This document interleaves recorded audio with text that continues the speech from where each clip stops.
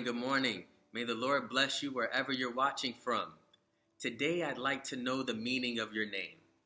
If you know what your name means, drop it in the chat below. When we read the Bible, every name has a function attached to it. The name Abraham means father of many nations, and that's who he became. The name Jacob means trickster, and he tricked his brother out of his birthright. The name Jesus means Savior, and that's who he is to us. Much like any tool that we deal with, the name is attached to the function. You know, a knife will cut something. You know, a hammer will smash something. The problem many of us experience is we want to understand our keys to success, what will make us rich and famous, before we understand our name and our function. If you try to function without knowing your name, you'll most likely end up in the wrong spot, doing the wrong thing. Life may be good, but you might miss the mark. A perfect example is one of the most famous men to ever walk on the earth. His name is Peter, one of the 12 disciples. Before he became known as Peter, one of the 12, his name was Simon Peter. The name Simon means hot-tempered or violent. Peter means rock. So his name was Hot-Tempered Rock, which sounds like it would make a terrible fisherman. You need patience as a fisherman. But he meets Jesus, and Jesus says, "You were called Simon Peter, but today moving forward, you will be called Cephas." That name Cephas means stable as a rock.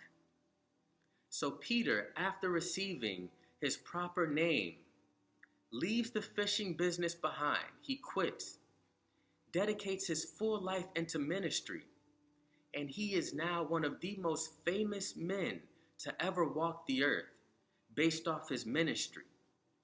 If Peter stayed a fisherman, there's a good chance we might not know his name. So your function and your name go closely together. It's important that you understand what Jesus says about you, what your name is. Today, Group 52, I urge you to find out your name, what God says about you. It's okay if you started out with something different. It's okay if maybe your mom said, "You're stupid," just like your father. Maybe they said, "You're worthless," just like your mother. Maybe they said, "You'll never be anything." That's okay.